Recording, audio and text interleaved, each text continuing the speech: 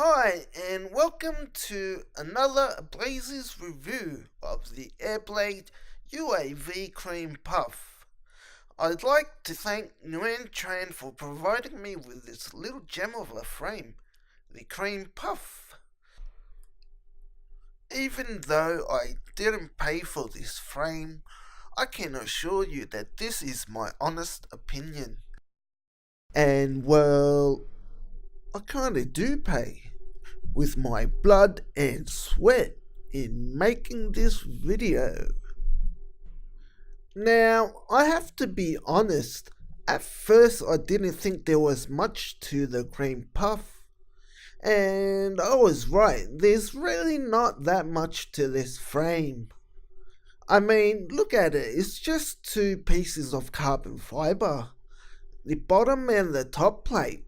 Simple, right? But don't let that fool you, it's by no means simple.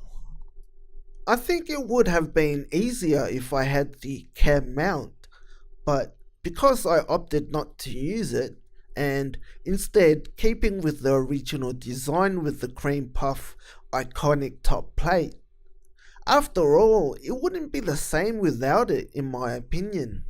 It's what makes the cream puff the cream puff. For me, anyways.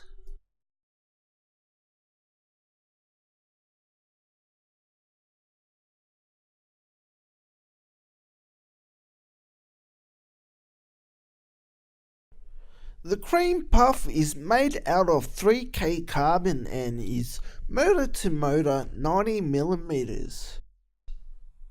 It consists of a 1mm top plate and a 1.5mm bottom plate.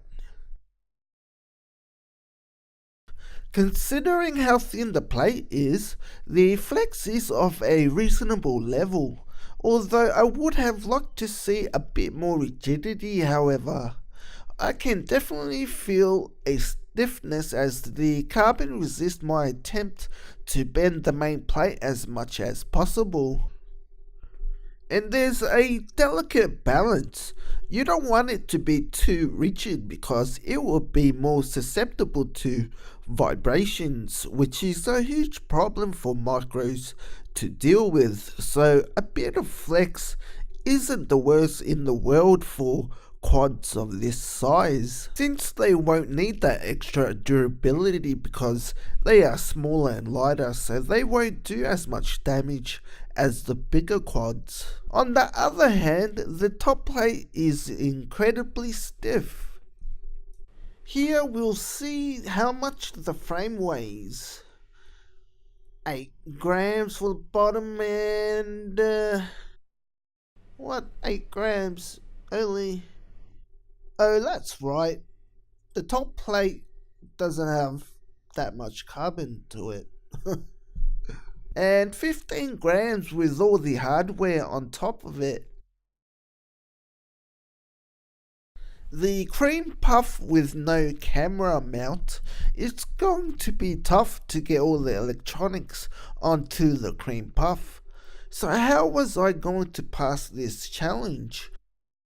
Well, with double-sided foam tape, of course. There's little you can't achieve with double-sided foam tape. I stuck the camera onto the VTX like it was an all-in-one all along. Then I stuck that onto the receiver, which was also stuck to the red standoffs.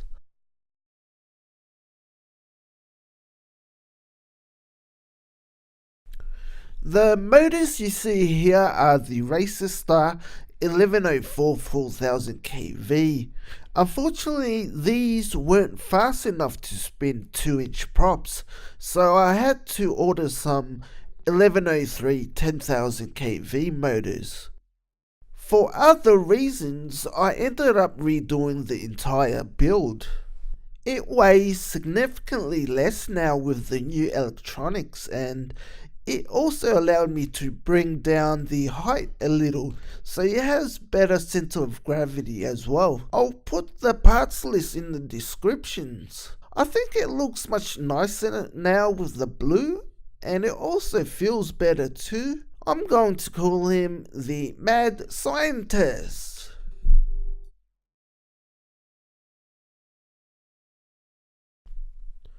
I like the fact that with just 2 pieces of carbon fibre, the cream puff is simple and straightforward. Well, at least on the surface.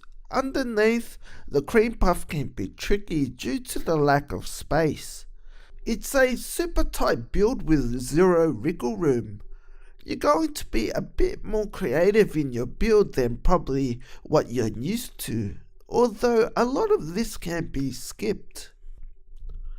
I think if you don't care about the looks and just want the best performance, then you can print your own or buy the 3D printed mount.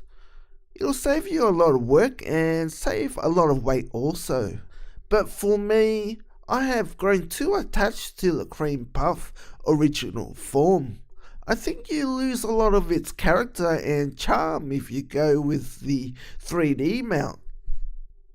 If you do go with the top plate, be mindful that the way it was designed, it does mean you have to put your camera a little bit sticking out the front to clear that crown bit. And if you want more tilt angle, but then it will leave your camera a little bit too exposed, which goes against why that bit was there in the first place.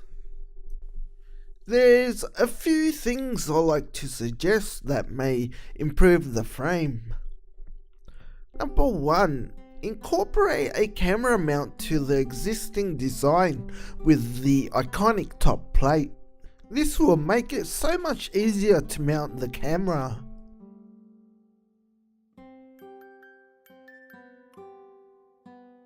Number 2, make the arms thinner to accommodate 4-in-1 ESCs because most, if not everyone, will be using these. It will reduce drag and lighten the quad. The cream puff is a great addition to my collection, and I'm glad I got the opportunity to review this for Airblade UAV. Thanks again to Nguyen Tran for being so kind as to send me the cream puff. I think it would be a great addition to your collection as well. So this frame is not ideal for beginners. You're going to need at least 1 build under your belt, but it's not an impossible task. If you do wish to accept this mission, then you should expect some pain along the way. So brace yourselves and good luck. This has been an Ablazings review. Thanks for watching, and I'll see you guys next time. I'll leave you guys some FPV footage. Best fun I've had in a long time. This is 3S, but I don't push it anywhere near what I should though.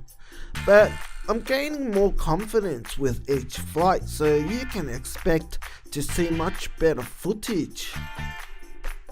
Like, subscribe, and stay tuned. I'll be uploading flight footage right after this, so subscribe if you like me and my content. I post a lot on Facebook, and that's the best place to reach me at www.facebook.com/ablazingsskies. You can also check my build log at RC Groups.